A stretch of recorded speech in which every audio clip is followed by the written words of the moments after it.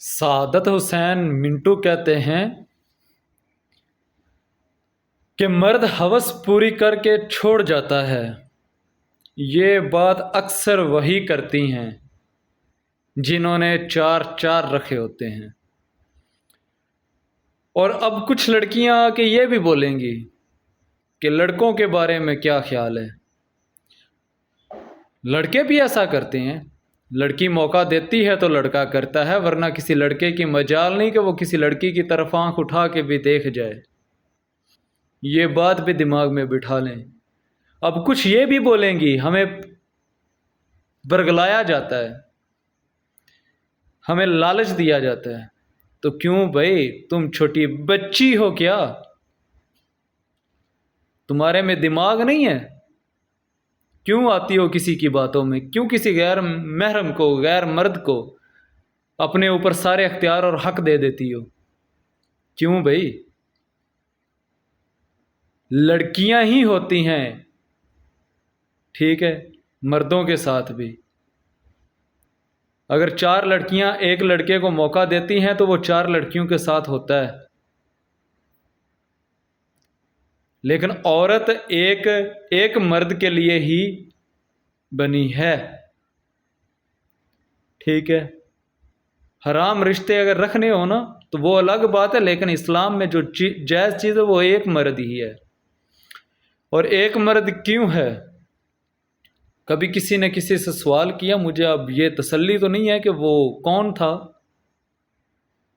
ٹھیک ہے، کہ عورت مرد کی طرح چار شادیاں کیوں نہیں کر سکتی؟ یہ حق صرف مرد کے پاس ہی کیوں ہے کہ وہ اگر چاہے تو چار بیویاں اکٹھی ایک ساتھ رکھ سکتا ہے؟ تو آگے سے انہوں نے یہ جواب دیا تھا کہ اگر ایک عورت چار مردوں کے ساتھ نکاح کرتی تو آج پتہ ہی نہ چلتا کہ کون سا بچہ کس مرد کا ہے یا کون سی اولاد کس مرد کی ہے۔ لہٰذا جو چیز بنی ہے وہ جائز بنی ہے۔ مرد ذات پہ انگلی اٹھانے سے پہلے عورت کو یہ سوچنا چاہیے کہ ہم کتنے پانی میں، ہمارا کردار کیا ہے۔ کوئی بھی مرد ہے نا، کوئی بھی مرد، اس کو اگر عورت اپنے قریب بلائے گی تو وہ جائے گا۔ مرد وحشی ہوتا ہے، عورت ہوس کی پجارن۔ ہوس اور وحشی پن جب ملتے ہیں دونوں، تو پھر پتہ کیا ہوتا ہے؟ گناہ ہوتا ہے، شیطان حاضر ہوتا ہے، ورگلاتا ہے۔ میں تھوڑا سا آج کھل کے بولنا چاہوں گا، پتہ نہیں زندگی کتنی ہے، آگے موقع ملے یا نہ ملے۔ پہلے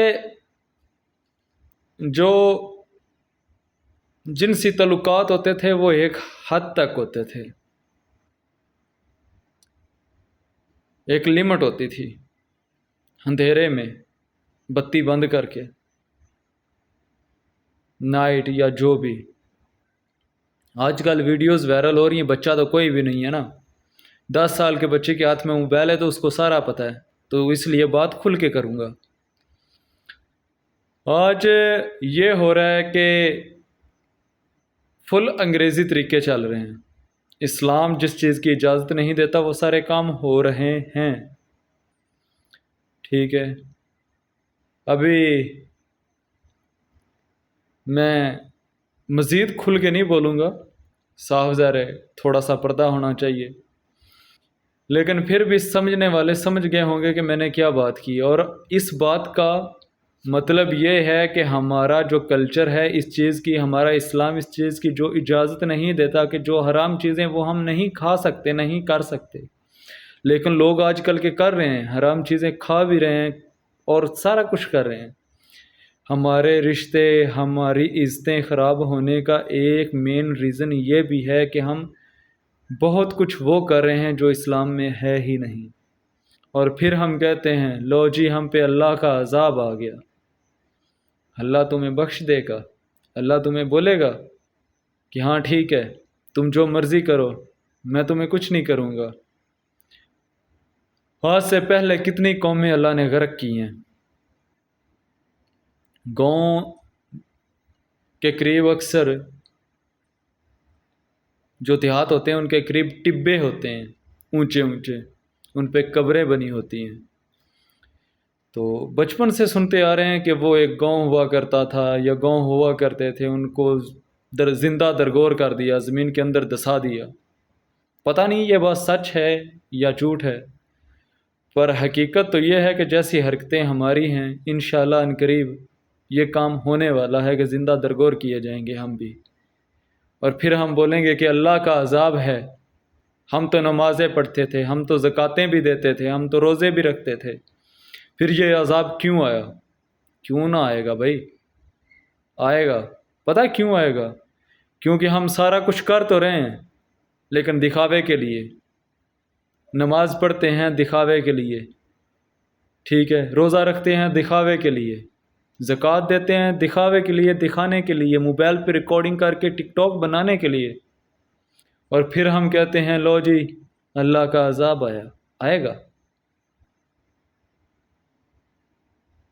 رات کے اس پیر میں یہ بات کر رہا ہوں، مجھے پتہ ہے میں کیا بول رہا ہوں، ٹھیک ہے، پر یہ بات حقیقت ہے.